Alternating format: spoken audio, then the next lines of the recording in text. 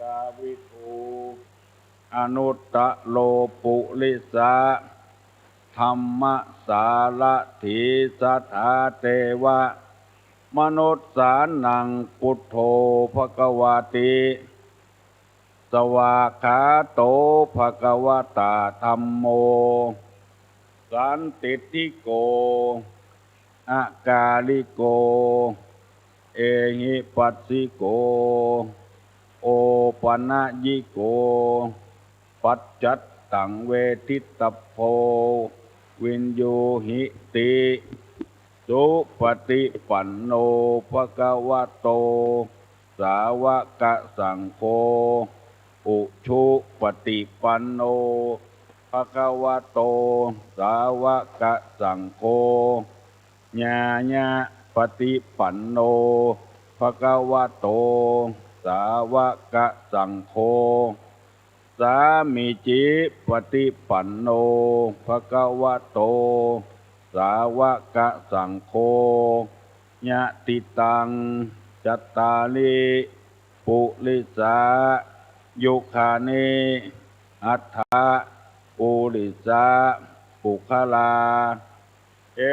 สะภะคะวะโตสาวกสังโฆอาหุไนโยปาหุไนโยทักขิไนโยอัญจลิกาลนิโยอนุตตรังปุญญเขตังโลกัสสติกราบหนึ่งกราบสองกราบสามถ้าจะลืมอย่างสักอย่างมาแล้วเนอะเสียงก้องเสียงกองเสียงมองต่ำเข้าเสียงตุเจ้าเทศนาธรรมมาถึงบ้านมาถึงเฮือนมาถึงในเฮือนมาถึงในสุดในมุ้งมาถึงหม้อข้าวเตาไฟมาถึงในห้องน้ำมาถึงในรถในลามาถึงกาดถึงลีถึงกุฏิที่พี่น้องทั้งหลายได้รับฟังก่อนที่จะดำเนินรายการนี้ขอกราบอาราธนาเอาคุณพระแก้วเจ้าทั้งสามบุญศีลบุญทานบุญความดีที่ได้กระทำปั้มเพ็งมาเสื้อวัดเสื้อวาเสื้อบ้านเสื้อเมืองพระสยามเทวาธิราชสิ่งศักดิ์สิทธิ์ทั้งหลายอันมีพระบรมธาตุเจ้าโดยสุเทพและครูบาเจ้าศรีวิจัยนักบุญแห่งล้านนาไทยมาปกปักรักษาพ่อแม่พี่น้องท่านสาธุชนคนดีเจริญในศีลในธรรมทุกท่านทุกเจ้าตั้งแต่เวลา6 โมงถึง7 โมงทุลุงจะได้มีโอกาสมานั่งเล่าธรรมะให้พี่น้องทั้งหลายฟังขอขอบคุณยินดีสถานีวิทยุต่างๆได้ออกถ่ายทอดออกจากสถานี FM 96ของสถานีพุทธศาสนาจังหวัดเชียงใหม่โดยพระเดชพระคุณท่านเจ้าคุณพระเทพวิสุทธิวรสิทธาจารย์เจ้าอาวาสวัดดอยสุเทพพร้อมกับโดยสถานีวิทยุต่างๆและเครื่องเสียงตามสายต่างๆซึ่งในบ้านในวัดมีจิตใจกว้างขวางมีจิตใจเอื้อเฟื้อเผื่อแผ่ในธรรมะได้ต่อเสียงนี้ให้แก่พี่น้อง10 ชาวบ้านได้ฟังลุกมาเมื่อเจ้าก็ได้ฟังเสียงนี้เสียงที่เป็นสิริมงคลได้นำเอาพระธรรมคำสอนมาเผยแพร่พี่อ่าวเจ้าเจื้อพี่น้องคลองหิงได้ฟังกันนำไปปฏิบัติเคยเล่ามาบ่อยๆว่าอาหารกายเอาก็กินเข้าไปถึงวันพ ปกปิดร่างกายประดับประดาได้สารพัดอย่างสุดแล้วแต่เราจะมีเงินมีทองอำนวยความสะดวกคือร่างกายจะมีรถเครื่องการรถยนต์การสารพัดอย่างการปกครองระบอบประชาธิปไตยก็มีเกิดขึ้นในบ้านในเมืองคือความสะดวกทางกายสองทางความคิดความอ่านเรียนหนังสือเป็นคณิตศาสตร์วิทยาศาสตร์เกษตรศาสตร์รัฐศาสตร์มีนิมดในประเทศไทยได้เรียนหมดเป็นอาหารสมองทำให้คนเฮาหูเฮาหลวกขึ้นได้แต่ว่าถึงจะสมบูรณ์ในทรัพย์สมบัติเท่าใดมีความรู้เท่าใดก็ยังบ่สามารถทำให้คนเป็นคนดีได้เอาจะหารว่าคดีใดมีเงินนักคดีนั้นชนะคดีใดบ่มีเงินไปจ้างคดีนั้นการต้องอุทานก่อการถวายฎีกาก่อการเพราะเงินมันน้อยบางทีก็ตึกศาลชั้นต้นเปิ้นตัดสินอย่างอันก็เลยเป็นชนะเนี่ยโดนปรับโดนไหมโดนติดคุกติดขังเพราะความบ่มั่งบ่มีสีสุขแต่บ่สามารถทำให้คนเป็นคนดีได้มีพระธรรมคำสั่งสอนในทางพระพุทธศาสนาเท่านั้นที่จะทำให้คนเป็นคนดีได้คือนั่นก็ทางพระพุทธศาสนาขอให้ฟังกันและจดจำกันไว้เพื่อจะได้นำไปปฏิบัติให้เป็นคนดีคนดีนั้น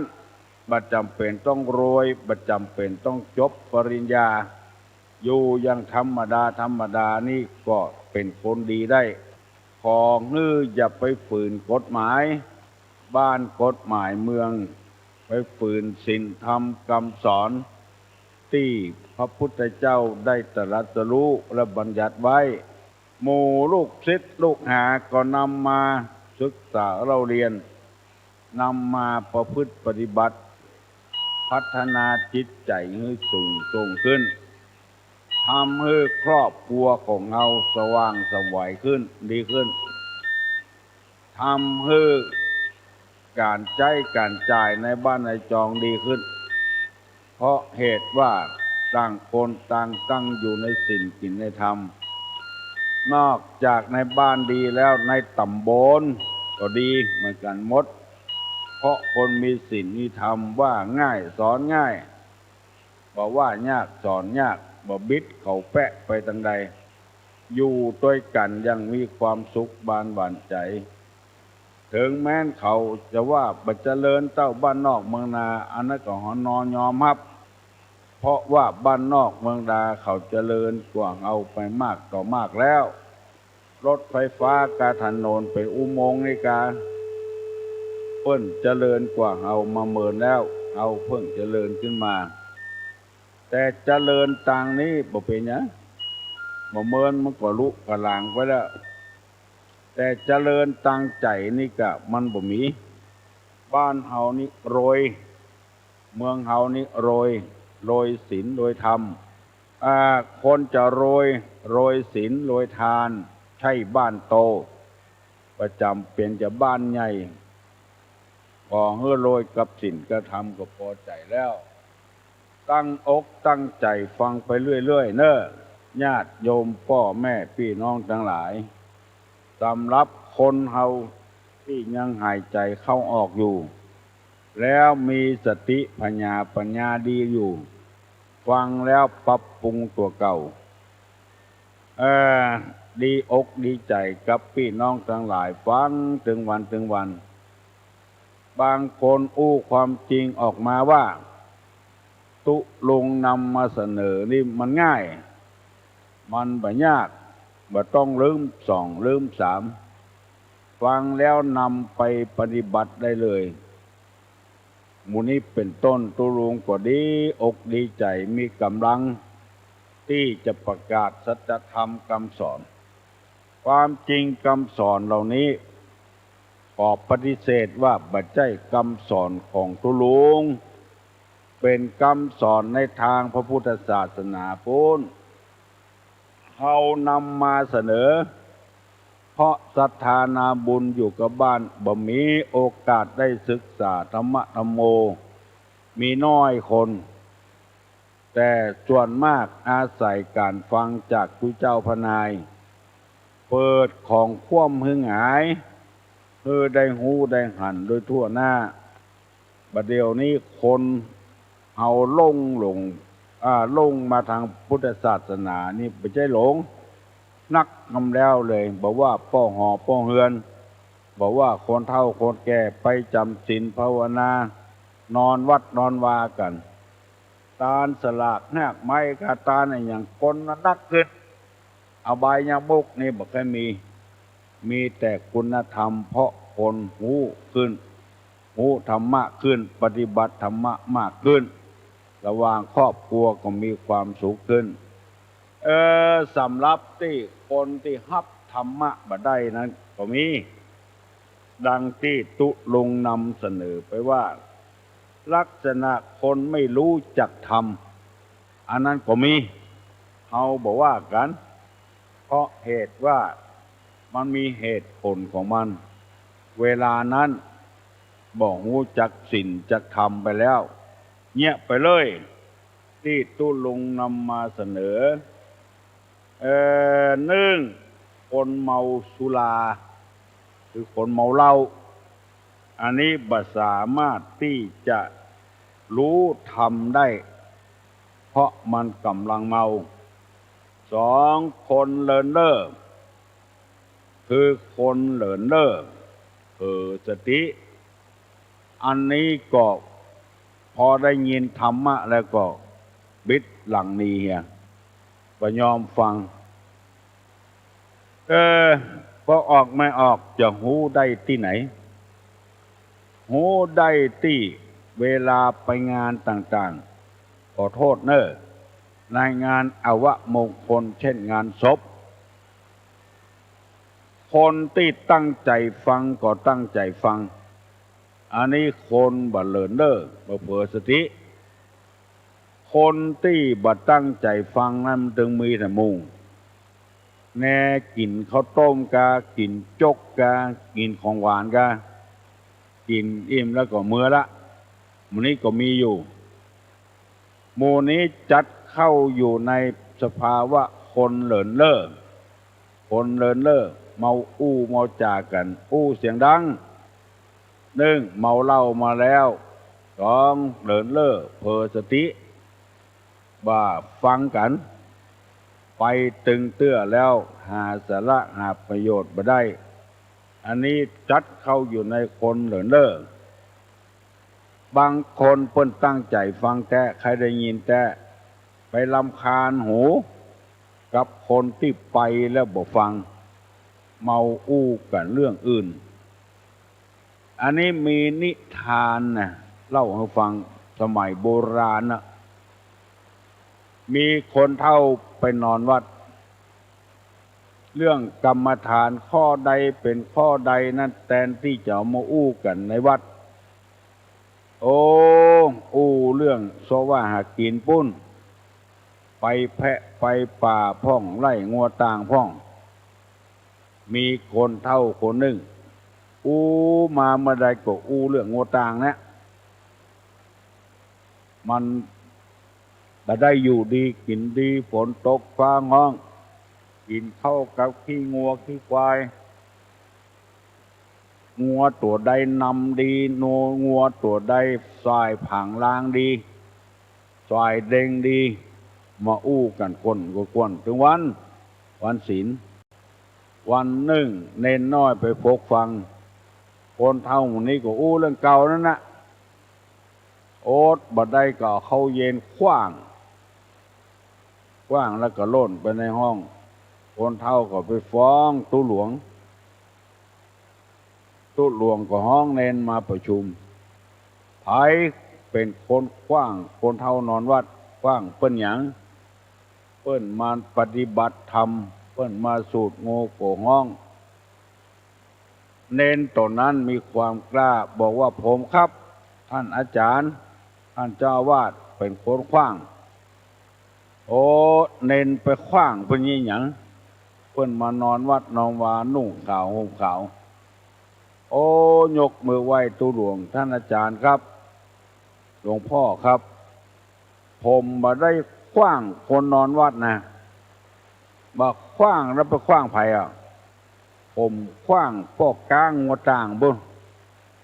มาสินใดก็อู้เรื่องงัวต่างอยู่สลวดลำคาญมาวัด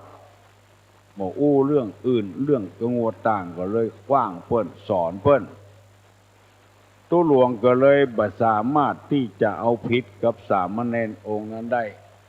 เพราะบ่ได้ขว้างคนนอนวัดไปขว้างคนกลางงัวต่างฉันใดก็เหมือนกันคนเลินเล่อเผลอสติย่อมจะเป็นคนใจอี้ได้นำเสนอไปแล้วเมื่อตะวานี้วันนี้จะเอากรรมที่ว่าคนบ้าคลั่งคนบ้าคลั่งคนเป็นผีบ้าสมองบดีสติบดีละคนกั้งแล้วบ่ฟังกรรมไผ่แล้วเอาปุ้นสวรรค์ปุ้นเอาหมู่มารปุ้นมาอู้เทศจะได้ก็ตึงบ่มีประโยชน์ฟังจะได้ก็มีประโยชน์เพราะว่าพญาอินทร์พญาพรหมมาเยี่ยมบนเหละมารต่างๆเข้ามาหูถึงหูบนเหแล้วฟังธรรมอยู่ดีๆหันมาแล้วพญามารมาแล้วมันเป็นบ้าเป็นคลั่งไปเห็นแล้ว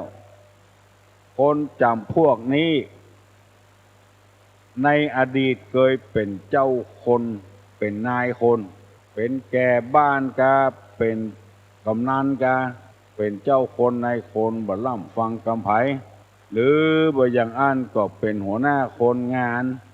คุมคนกำนักหรือบ่อย่างอันก็เป็นครูบาอาจารย์สอนหนังสือนึกแก่นักเรียนบางอันก็เป็นตำรวจเก่าบางอันก็เป็นน้อยเก่านานเก่าคนบ้าคลั่งนี้คนจะนี้เอาอย่างไปเทศให้ฟังก็บ่ได้ผลแล้ว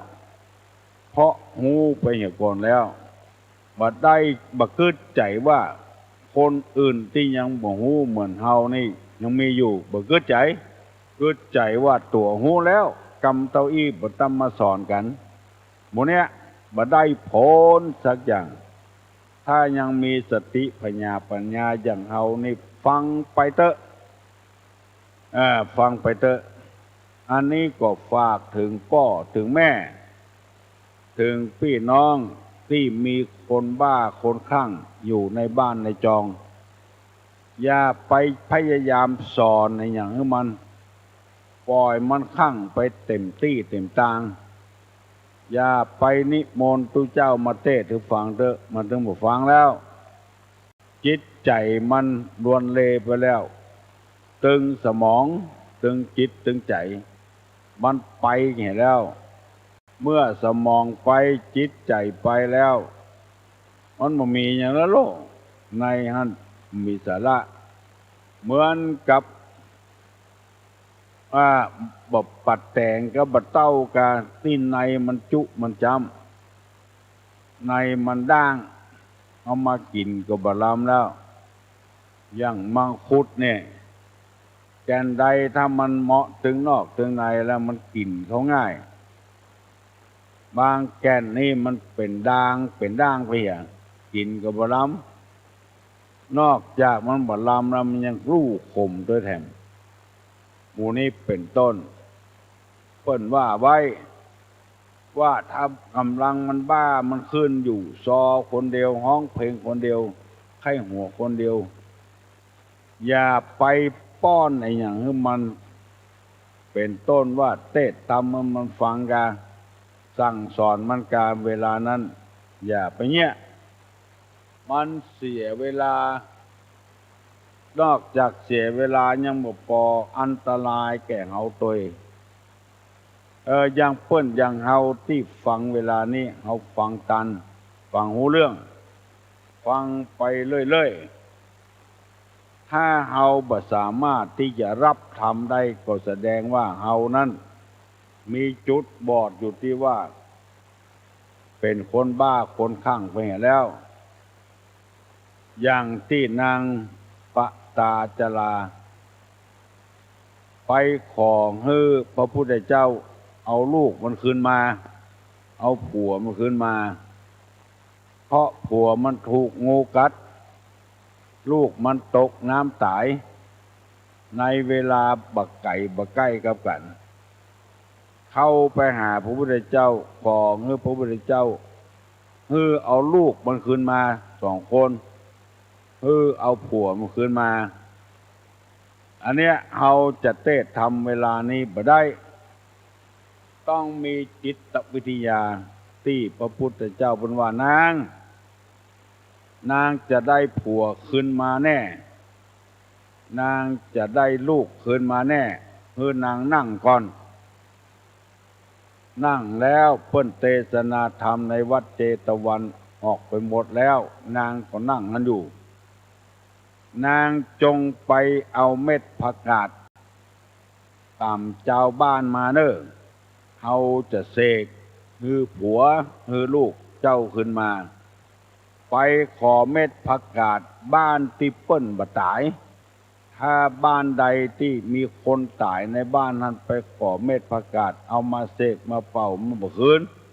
เอาอันตี้บ่มีไผตายนั่นล่ะนางก็ได้สติขึ้นมาเชาะหาเม็ดผักกาดตามบ้านตามจอง3 วัน4 วัน5 วันก็แล้ว6 วันก็แล้ว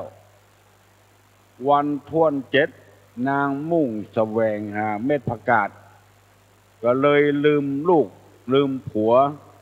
ที่ตายตกน้ำที่ตายงูคบไปชั่วคราวไปเสาะวันที่8ที่9ก็บ่ได้บางบ้านมีเม็ดผักกาดแต่มีคนตายบางบ้านบ่มีคนตายแต่บ่มีเม็ดผักกาดใจก็คิดไปหาผักกาดอย่างเดียวจะเอาลูกเอาผัวขึ้นมากลับมาหาพระพุทธเจ้าสตินางดีขึ้นมาบ่บ้าคลั่งอย่างแล้วพระพุทธเจ้าก็เลยเทศน์ให้ฟังเรื่องอนิจจังทุกขังอนัตตามันเป็นของมันบ่เที่ยงมันเป็นของบ่ใจเฮาเอาบังคับมันบ่ได้อย่าไปเสียใจเนี่ยเวลาที่นางมีสติเทศน์ทำให้ฟังหูเรื่องไฟไหม้บ้านอย่าไปให้มันไหม้ใจเฮาน้ำท่วมตะวาวันซืนนี้อย่าไปตุกใจตัวมันบ่ใจกับบ้านไม่ท่วมบ้านเฮาทีเดียวแถบนั้นบ้านนั้นมันเหมือนกันหมดอย่าไปตกอกอย่าไปตกใจไม่กับบ้านน้ำท่วมกับบ้านพอแล้วอย่าไปให้ใจเฮาน้ำท่วมตัวแล้วเฮาอย่าตั้งสติดีๆอย่าไปบ้าจะไปข้างตัวมันว่าถ้าเสียดายอย่างแล้วมันหมดเรื่องของเฮาแล้วมันเป็นเรื่องของธรรมชาติแล้วมันมาบักกี่วันมันก็แห้งมันยังมีเวลาเหือดเวลาแห้งอยู่แต่ใจของเฮานี่บ่มีการแห้งเสียเลยนอนอยู่กับมือก่ายหน้าผากเสียดายเฮือนเสียดายตู้เย็นพัดลมไม่อย่างสะปะสะปื้นเปิ้นก็อย่างเดียวถึงเฮาก็อย่างเดียวถึงเปิ้นจะไปยกตัวขึ้นสูงวิเศษนำไปหันคนอื่นเป็นคนบ่สำคัญหันความสำคัญของตัวคนเดียวเมื่อเข้ากับเป็นบ้าเป็นข้างคนจำพวกนี้เฮาไปเทศน์เนี่ยคือฟังก็ถึงบ่ได้นอกจากมีสติปัญญาแต่เปิงตุลุงว่าแต่ลูกตายก็อย่าไปตายตัวลูก พ่อตายแม่ตายก็อย่าไปตายเถอะเพิ่นเพิ่นตายคนเดียวเพิ่นพอละเฮาบ่ต้องไปคิดอย่างนักมันเป็นของธรรมชาติเกิดมาก็เพราะธรรมชาติเมินเข้าถึงเวลาแล้วธรรมชาติจะเอาไปก็ปล่อยเพิ่นไปอันนี้ก็เทศอย่างไรก็เหี้ยวมันจึงบ่ฮู้ธรรมคนดีๆอย่างเฮานี่กลับฟื้นขึ้นมาได้ฮู้ธรรมะธัมโมก็เลยใจดีไปปล่อยเปิ้นว่าเวตาเตอยู่หั่นเปิ้นบ่ได้รับน้ำธรรมคำสอนที่ถูกต้องพอได้รับน้ำธรรมคำสอนที่ถูกต้องอย่างเฮาเนี่ยบ่มีปัญหาแล้วเพื่อให้ปรับปรุงจิตใจให้เข้มแข็งขึ้นดีขึ้นหนึ่งคน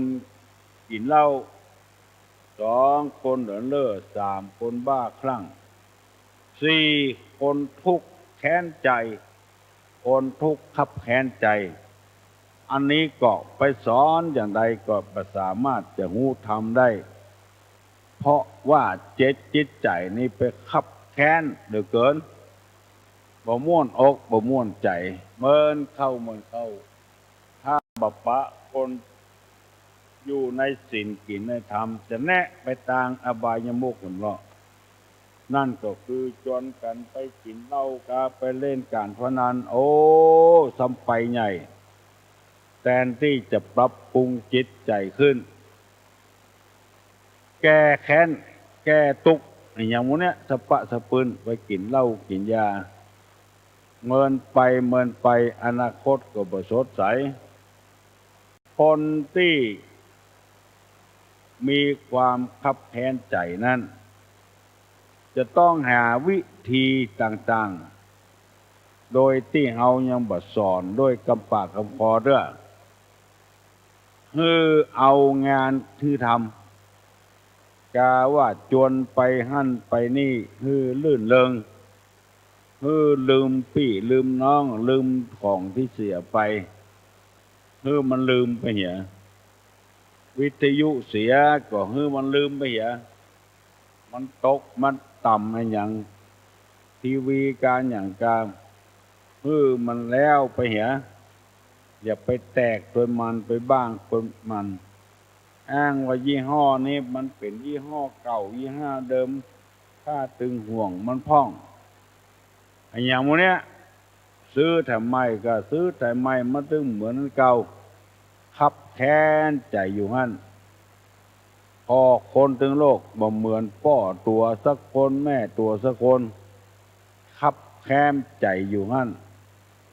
หรือว่าโคตรไผ่คนใดคนหนึ่งกึดอยู่อย่างนั้นนะมาเอาอย่างมากึดแทนสักอย่างกึดจะฆ่าจะแกงฆ่าฟันบั่นแตงคับแค้นใจอย่างที่เขาว่าเมาเหล้าเตียวพบได้ละพอห้ามไปตีกันบ่ามันสูงกว่ากิ่งนะสูงกว่าจ้างเตอะจะเอาเกินกายไปตีหัวมันไผจะไปยืนอยู่เอาเกินไปกายและตีเปิ้นตัวลุกว่าได้แล้วไปห้ามเปิ้นไปตีแถมเพราะมันแค้นใจมันแล้วอย่างที่ให้ฟังตะวาวันซืนเปิ้นตีละกุยหมู่ฟังไปเอาเปิ้นดึงเปิ้นก็มันโดนตีอยู่หั่นแล้วมันจะซ้ายสักกรรมสองกรรมมาได้เฮาก็โล่นไปเอามันแยกคือมันเอาไปใจเป็นกรรมการนู่ก็มีกติกาอย่างรู้ที่สุดมันบ่ได้ตีหรือแหงมันก็ปิกมาตีคนที่ไปเอามันแถมเอาคิงแล้วคิงมาตีนี่อย่างแถมเนี่ยที่เขาว่าเล่าก็เล่าไก่ก็ไก่กินแล้วมาตีแถมมันบ่มีบุญคุณอย่างละลูกมันคับแค้นใจมันตุกใจมันบ่ม่วนใจกับหัวใจแกนหัวใจไว้ กราบกระตำกับไว้ขอดกรรมกับตำเวรกัน มันขับแค้นใจคนใจอี้แล้วมันบอกฟังแล้วน้ำทำคำสอนอย่างตัวอย่างแล้ว มันแค้นอกแค้นใจกัน อย่างที่เปิ้นว่าบ้านอยู่หิมวัดเมียก็จะลูกเกิด เน้นอยู่หิมบ้านผมไปขอพริกขอเกลือขอแห้กับเพื่อนลุงขอแห้สักหน่อยไปต่ำส้มโอ้ไหนเหนยออกบ้านไปมาห้าบักกีบัดหานี้ตุบตุยอย่างสักอย่างเอาไปไล่ไปว่าเป็นข้าวเป็นเกลืออันนี้ฟังบ่ได้ธรรมะนะคนเยอะอีนี่ฟังบ่ได้ถ้าเป็นคนอย่างหมู่เฮานี่ก่อนฟังแตะฟังว่าบางคนแต่คืนนี้ก็โทรศัพท์มาหาตุลุงว่าบ่ฮื้อตุลุงบ่ตุลุงห้ามบ่ฮื้อไผโทรศัพท์มาฮื้อตุลุงอู้กะธรรมะธรรมโมไปเรื่อยๆเพราะว่าฟังแล้วมันม่วนใจอันนี้ก็คับแค้นใจเหมือนกันเปิ้นอ้างว่าละอ่อนเขาไปกาดไปลีไปเมื่อเจ้าบ่ได้ฟังตุลุงสกรรมอันเนี้ยมันคับแค้นใจก็เลยระบายมาให้ตุลุงก็ยังดีกว่ามันสนใจเปิ้นมีหนทางลูกปัญหามันเกิดขึ้นมีหนทางแก้ลูกไปยากมันหยังซื้อวิทยุน้อยๆนะอัน300 400แต่อันนะติ้วไปตัวฟังไปตัวลูกมันมีปัญหาอย่างนะจะมาฮืดตุลุงแก้ไขในแก้บ่ได้เปิ้นว่าบางคนให้อู้ตัวตุลุงให้หูว่าอยู่ไก่เต้าใดงอกใดถ้าได้อู้ตัวตุลุงแล้วมันสบายใจเปิ้นอู้ว่าจะอันจะฮืดตุลุงไปห้ามมาห้ามตุลุงนะมันบ่ได้เพราะคนจำนวนนักต้องการอู้กับตุลุงแล้วก็คนจำนวนน้อยใครฮื้อตุลุงอู้ธรรมะธรรมโมมันบ่เข้าใจกันนะเรื่องนี้นะคือคนอู้นี่นะมันก็ขย่างก็รู้ตึงชั่วโมงก่อนย่างอู้กับคนที่โทรศัพท์มาถามมันโล่งใจมันม่วนใจตัวใครบ่เข้าใจตัวก็เลยเกิดเป็นอย่างนั้นให้อู้เรื่องธรรมะธรรมโมไปปตปเสียงมันไม่ยากนะถ้าปัญหาเกิดขึ้นนะเอาซื้อวิทยุน้อยไปตัวเหี้ยบางคนยังซื้อฮื้อป้อเครื่องแม่เครื่องใครฮื้อคนเฒ่าได้ฟังธรรมะธรรมโมมีปัญหาเรื่องแก้วันนี้ตุลุงจะได้เอามาพูดให้ฟังว่า1คนบ้าคลั่ง2คนแคบคับแค้นใจอันนี้ฟังธรรมตึงบ่ฮู้เรื่องสำหรับที่คนฮู้เรื่องก็อย่างที่หมู่เฮาฟังเวลาเนี้ยตุลุงว่าแต่ถูกแต่เวลามันโกรธมันเครียดมันแค้นอย่างขึ้นมาแล้วมันตึงบ่ฟังหันพระเจ้าเป็นเสือหันเสือเป็นพระเจ้าไปเห็นแล้วอันนี้ฟังมาได้คนเมาเหล้าคนเหลินเล่อคนบ้าคลั่งคนแค้นมันตึงหมดกันมันมีอยู่10ข้อกันก้อยฟังไปเรื่อยๆอันนี้เป็นลักษณะของคนที่บ่ฮู้จักธรรมหมู่เฮาฮู้จักธรรมอยู่ก็ก้อยแก้ไขกันไปแต่น้อยแต่น้อยประเดี๋ยวนี้มันอยู่6:30 กว่านาทีแล้วมันเลยมาแล้วจะขอเชิญพี่น้องทั้งหลายลุกจากที่นอนเนี่ยกำเนิดเพราะวันเป็นวันจันทร์วันที่จะต้องทำการทำงานใครยังบ่ลุกอย่างเด้อพี่น้องทั้งหลายจะไปฮื้อตะวันออกก่อนเฮาคือเข้มแข็งไว้ร่างกายทุกสัดส่วน สร้างไว้เพื่อให้ทำงานทำการเอาไว้กินไว้ใจบัจจัยมาสร้างมาให้บุบให้ตีให้ลักให้จกเบิ้ลสร้างมาให้ทำการทำงานลูกเนอออกประกาศเนอวันที่7นี้วัดพระธาตุดอยสุเทพเนอเปิ้นจะทำบุญสลักพัดขอเชิญชวนหมู่พี่น้องที่อยู่ทางลำปางบ้านใดก็ดีบ้านต้นตองบ้านต้นตื่นบ้านลำปางหลวงบ้านอย่างนั้นนะได้ฟังนี่ก็เราเชิญกันมาเนี่ยมาเจ้า9 โมงเพิ่นจะเริ่มแล้วชวนกันมาเนอะไผมีข้าวมีน้ำก็เอามาสู่มาจูกันที่วัดพระธาตุดอยสุเทพคนที่ใครหันตุลุงได้ยินกะเสียงมหันตัวกำเตอร์ก็หือมาที่ดอยสุเทพตุลุงจะไปพร้อมกันนั่นอยู่พระใส่เจ้าคุณเมื่อสันกับแปลงวันนั้นเจ้าคุณก็ว่าไปเนอตุลุงเนอจะพยายามไปจนได้และที่วัดพระนอนขอนม่วงก็มีตาลสลากนอกจากนั้นแล้วก็มีวัดแสนฝางเปิ้นตาลน้ำผึ้งน้ำอ้อย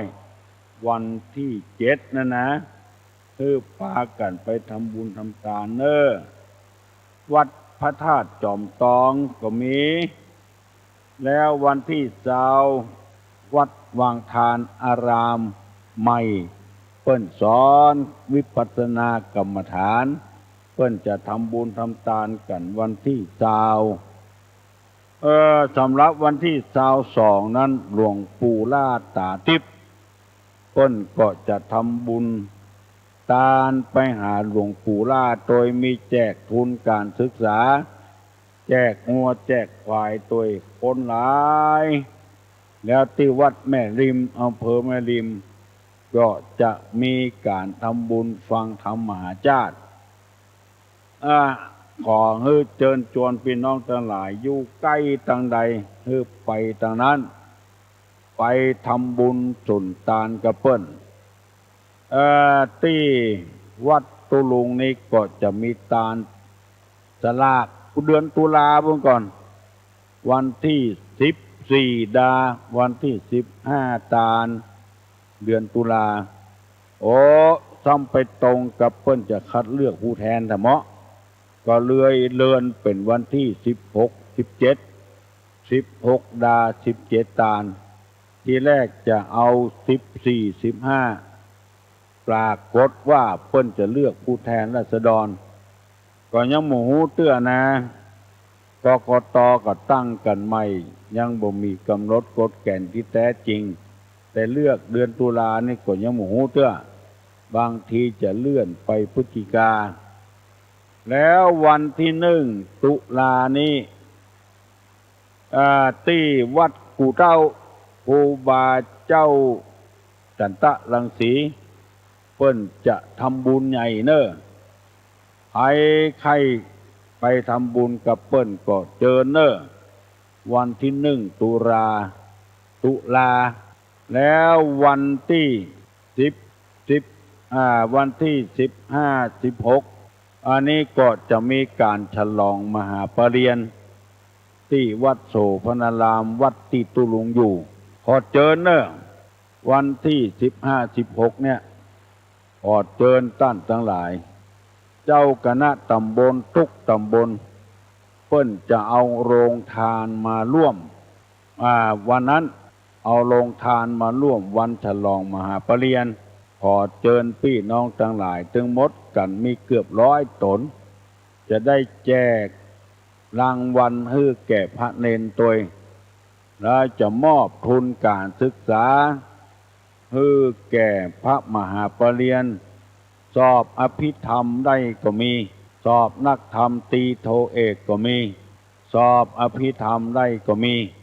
ขอเจริญพรมาให้ญาตินิยมทั้งหลายได้รับทราบมีหลายไหนเนี่ย ลายต่างกันไผยังบ่ลุกเห็นลุกเน้อลุกนึ่งเข้าเป่าไฟลุกออกรถเพราะว่าหากินเลี้ยงครอบเลี้ยงครัวเพื่อได้เจริญรุ่งเรืองต่อไปเจริญพรนมัสการนะทุกลุงโอ้บุญธรรมแม่นอสายแรกนะทุกลุงเนาะโอ้สายแรกเดียวโอ้โหแต่คืนก็ฟังทุกลุงเนาะแต่คืนก็ฟังทุกลุงนี่มาได้พักผ่อนกันแล้วนะลุงเนาะบ่เป็นหยังนะบ่เป็นหยังมาฮักเกรงใจใจเกินร้อยนะทุกลุงเนาะเกินร้อยอย่างทุกลุงว่านะครับเป็นพญาติก็คือว่าเป็นกระตั้งร่างกายเนาะเป็นกระร่างกายแต่จิตใจบื้อมันเป็นเนาะใจบื้อมันเป็นเนาะว่าอย่างนะทุกลุงบุคคลตัวอย่างคือเจ้าบ้านเจ้าเมืองได้หันใจฮัลโหลตุลุงป่วยก็ยังบ่ย่างไอ้เนาะตุลุงป่วยก็ยังไม่เฮาอยู่บ่ได้เฮาบ่เป็นอย่างซี่อย่างไปย่างการได้ยังไดเป็นตัวอย่างสอนไว้ในตัวเนาะแล้ววันนี้ก็ได้ไปกับตุลุงเนาะไปกันหมอเพิ่นนัดไปกันโอ้ที่ฟังกับหมอเด้อเฮ้ยครับฟังกับหมอตุลุงเนาะครับหมอเถื่อนเอายุกเอายาหยังมาขายทั้งนอกน้ำปังถึงบักกินของเขาละเฮ้ยกินเมื่อใดก็เดือดร้อนหมดอันน่ะหูเบาๆแล้วเฮ้ยครับขึ้นก็9 โมงแล้วเนาะลุงคิดจะรายการของลุงเนาะคืนนี้นะครับวันที่3กับวันที่18ของเดือนครับเปิดวิทยุฟังเด้อนะครับผมจะ3กับวันที่18เนาะลุงใช้ให้ทุกลุงเทศเตียงเอจูยาโมนั่นแหละมันมีในเทปเนอะไปซื้อเอาเถอะเทศไว้เมื่อยามหนุ่มละในเทปที่ไหนนะครับร้านทิพเนตรแน่ๆประตูจังใหม่วุนะครับเข้าไปโรงหนังทิพเนตรมีจังปืนนั่นน่ะเพิ่นอัดของตุลงไว้เมินแล้วเมื่อตุลงโยหนุ่มละใช่ครับผมก็ได้ฟังก็จำได้ฟังไปจำได้ฟังก็ได้อยากจะแค่ตุลงอธิบายฟังแบบนี้ครับมันจะยาวหน่อยเนาะถ้าจะเต้ดอย่างวันเดียวนี่มันเต้ดว่าได้แล้วเฮ้ยทำเฮ้ยมันอีทครับแล้วตาเขาพ่อทำก็บหันล่ะเต้ดไปวุยไวไปเห็นล่ะตุลงอู้อย่างนี้ดีกว่าเนาะครับผมบางคนก็บอกใครตุลุงบอกคือไฟโทรมาหาตุลุงเนาะบางคนบอกใครอู้ใครถามก็ตุลุงเนาะบางทีเป็นมันมีปัญหาอย่างเป็นก็ได้อู้ได้ถามก็พอใจละเนาะได้มาตักใครตุลุงอย่างเงี้ยครับวันเดียวปนึงมีโลเต้ดยองเต้ดยังก็มีโลมันม่วนเป็นสิริมงคลนะครับเนาะตุลุงเนาะเป็นสิริมงคลก็ตัวเองเนาะนะครับเสียงกล้องนะเนาะเสียงกล้องเสียงมองต่ำเข้านะครับตุลุงเป็นเจ้าเทศนาธรรมนะครับน่ะสโลแกนของตุลุงเนาะครับได้อูได้จากกับตุลุงแล้วเนาะเจริญพรเนอะสกัดนะตุลุงเนาะบุญรักษาบุญธรรมเนอะของครอบครัวได้อยู่ดีมีสุขเจริญรุ่งเรืองเนอะเข้าใจกันนะจะไปเอาดีเอาเด่นอย่างกันผัวเมียอยู่กับกันเข้าใจกันอู้กันโล่งส่งกันปอจะไปสั้นเต้าบกกอกยาวเต้าบกกอกบ่ฮู้ก็บอกว่าบ่ฮู้เนี่ยบ่ฮู้เฮ้ยไผมาบ่ฮู้นะบางคนมันสั้นเต้าบกกอกยาวเต้าบกกอกแต่ว่าไผมาบ้านบ่ฮู้เนี่ยบ่ฮู้ว่าหันเกี่ยวเข้ากันเนี่ยมันว่าเมื่อใดก็ได้ลูกกรรมเจอี้นะมันปอบอกปอบใจกันพร้อมฮัลโหลราชการเจ้ารีวิทยุลงหน่อยเหรอราชการเจ้าได้ยินแล้วรีวิทยุลงหันน้อยดีเลยเจ้ายังดังอยู่เฮ้ยยังดังอยู่กับเจ้ารีก็อย่าไปได้ เจ้ามาโทรมาให้กำลังใจทุกวันนี้ตุลุงไปโรงพยาบาลไหมกับเจ้าแม่นแล้วฟังตุลุงตลอดเจ้าดีละเอาไม่แย่ไม่ยิงฟังน้ำฟังธรรมยินดีตัวเนอเจ้าใส่ละอ่อนก็บ่ได้ไปเจ้าใส่เขาเนี่ยหยังกันเดียวกันบอกไผ่ตู้อะไรอย่างจ๋าโอ้อิดแต่กับคนนี่นะก็ให้เจ้าตึกมันม่วนเนาะดูลงเจ้าเนี่ยคนฟังก็ม่วนคนอุ่นว่าบ่ม่วนนะเมาะจัดจ๋าไอ้ละเมาะให้อิดไปหน่อยเพื่อก็อุปมาทดไปการบ้านการเมืองตุลงยังก่อนเรื่องการบ้านการเมืองยี่แต่หมอมันมีคนมันฟังหลายคนแต่ว่าบอกมาเตอร์เนอร์บอกเปิงใจอย่างที่ไหน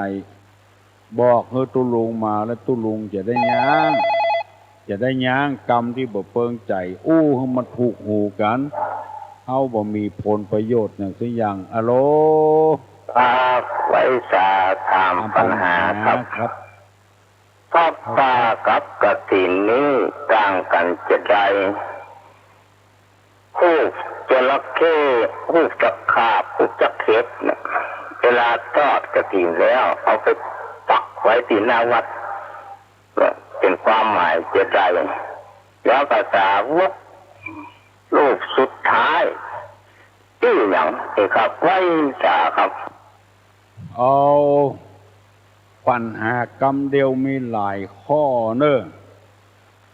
ถ้าประมวลมาแล้วได้แจกความว่ากฐินกับผ้าป่าต่างกันจะได้และรูปจักเข็บจักเข้มีความหมายว่าอย่างไรแล้วก็สาวกองค์สุดท้ายชื่อว่าจะได้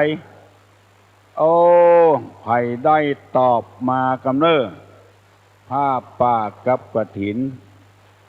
ต่างกันจะได้รูปจักเข็บจักเข้มีความหมายว่าจะได้สาวกองค์สุดท้ายชื่อว่าจะได้ไผได้อันใดตอบอันนั้นมาเนอฮัลโหลนมัสการครับตุลุงครับเจริญพรอยากถามว่าอันซีดีตู้โจ๊กคนนี้ขายที่ไหนครับยังก็ซีดีของตู้โจ๊กเนี่ยครับมีก็ครับมีติดทิพเนตรนะเนอะครับ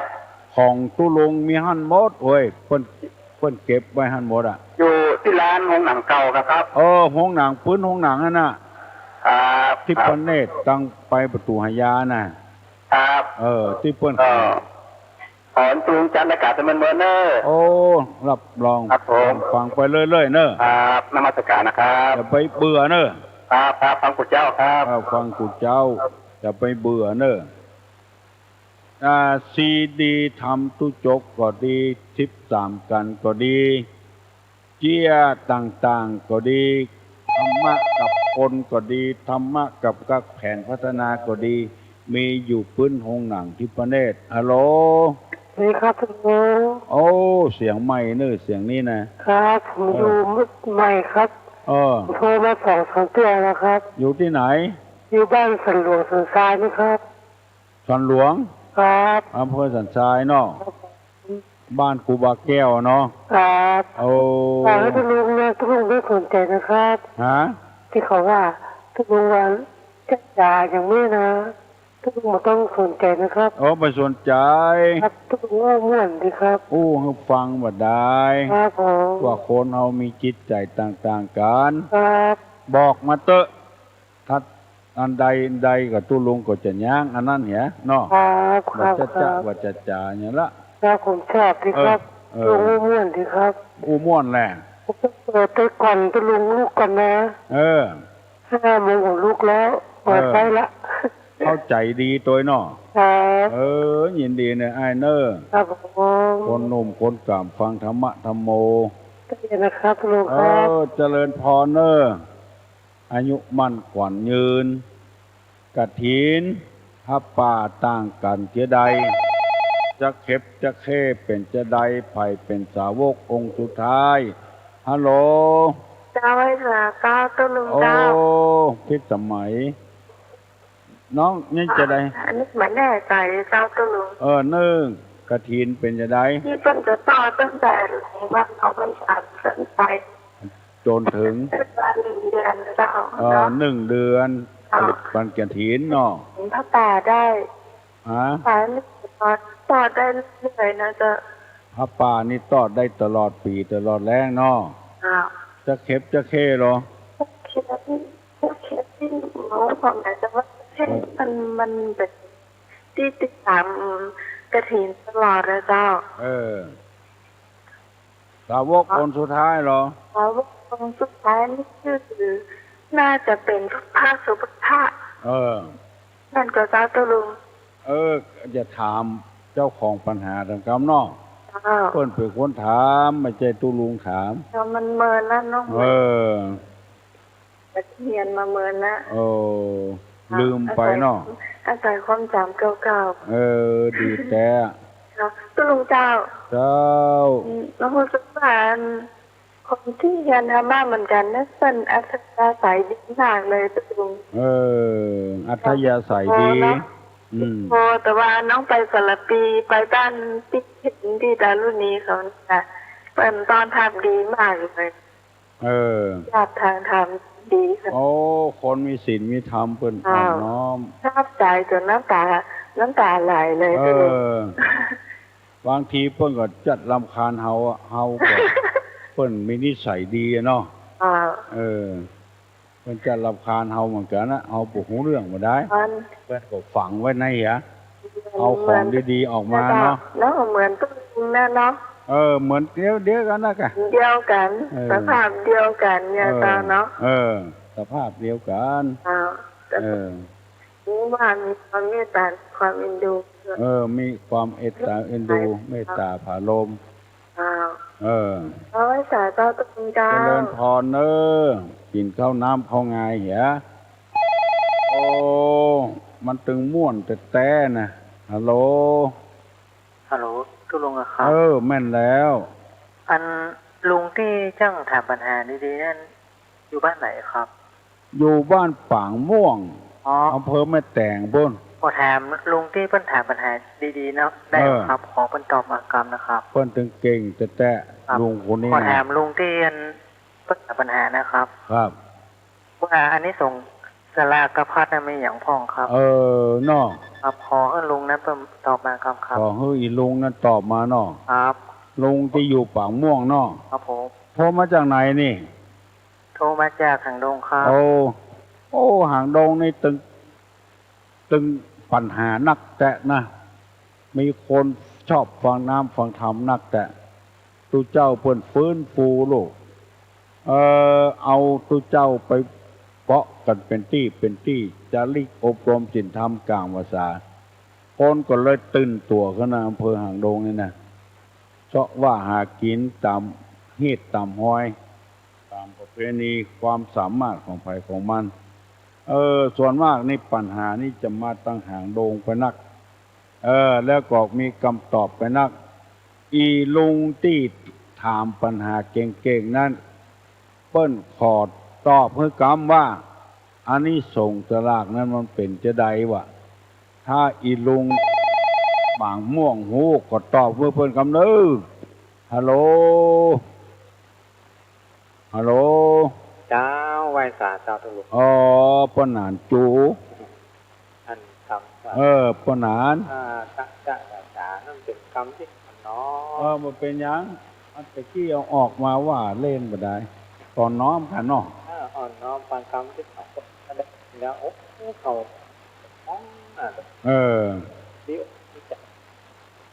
มันไข้แหงไปหน่อยนะมีความอ่อนน้อมอ่อนน้อมอ่อนโยนเปิดเอาไม้ลุกมันทำป่านี่อ่อนบ้านเอามันถึงงูอย่างนี้ล่ะเปิ้นถึงว่าหญ้าอ่อนจอบงัวแหเนาะเปิ้นบ่เข้าใจใครอู้แหงไปหน่อยนะตกอันหยังมันจะ ใครว่าอย่างอี้เปิ้นแหงไปหน่อยนะเนาะแนะนำให้ละอ่อนน่ะกะเอาหญ้าอ่อนจอบงัวแหเป็นหาหนทางให้ละอ่อน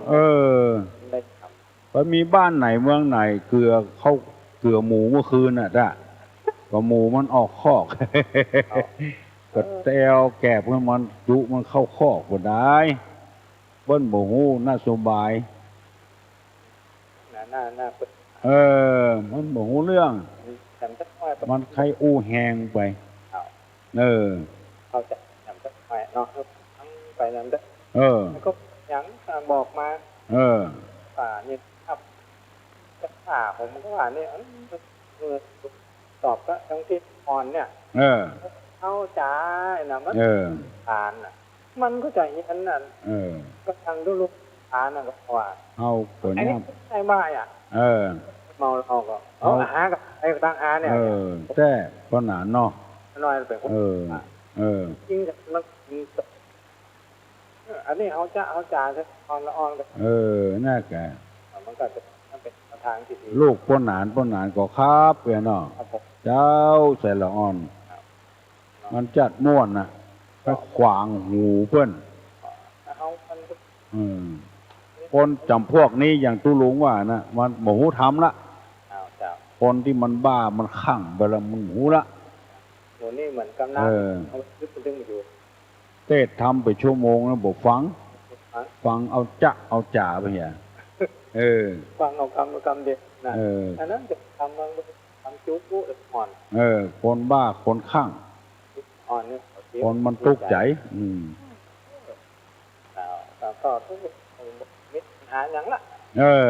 ปัญหาเขาของมาอยู่ก็ขอทุกทุกลุงตรงนี้จะแน่นเนาะไปที่เขาดีมากเจ้าเจริญพรพ้นหนานมันเรือพ้นหนานยังโดนประท้วงเนาะเอาละดีละเนอะเข้าใจกันดีละมาเดี๋ยวนี้บ่มีอย่างละมาเดี๋ยวบ่มีมนทินบ่มีอย่างสักอย่างละมัน7 โมงแล้วกันเดียวตู้ลงจะปั่นปอนละเอามีแถมสักสายก็พอแล้ว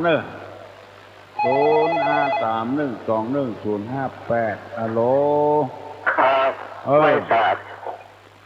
และพระพุทธเจ้าได้ปรารภถึงนางปทุมมาวัดดีครับที่การอานิสงส์สลากมีข้าวน้ำอาหารที่มือปิ่นจานพระนางมีบุญได้ตานถูกกาลเวลาส่วนที่จระเข้ขาดจะเช็ดเหล่านั้นเป็นสัตว์ที่มีฤทธิ์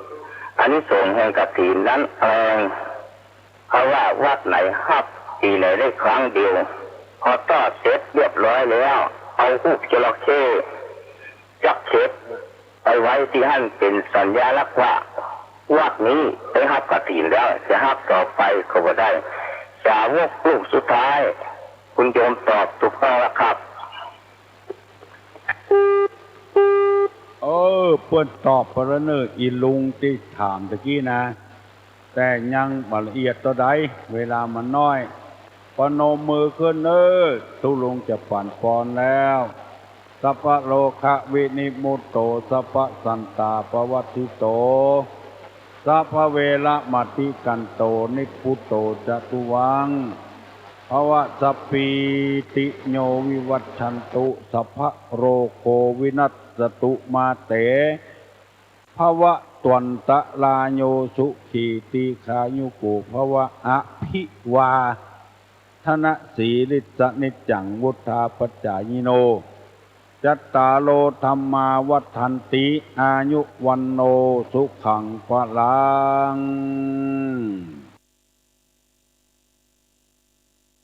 ที่นี่สถานีวิทยุกระจายเสียงพระพุทธศาสนาแห่งชาติและสังคมคลื่นเพื่อการศึกษาพระพุทธศาสนาและวัฒนธรรม FM 104.50 เมกะเฮิรตซ์ นมัสการเจ้าค่ะวิกฤตโควิด -19 จะมีหลักธรรมใดช่วยได้บ้างไหมเจ้าคะเจริญพรสมัยพุทธกาลเกิดเหตุโรคระบาดในเมืองไวสาลีพระพุทธเจ้าให้คณะสงฆ์สวดพระพุทธมนต์เพื่อความเป็นสิริมงคลของบ้านเมืองและให้ประชาชน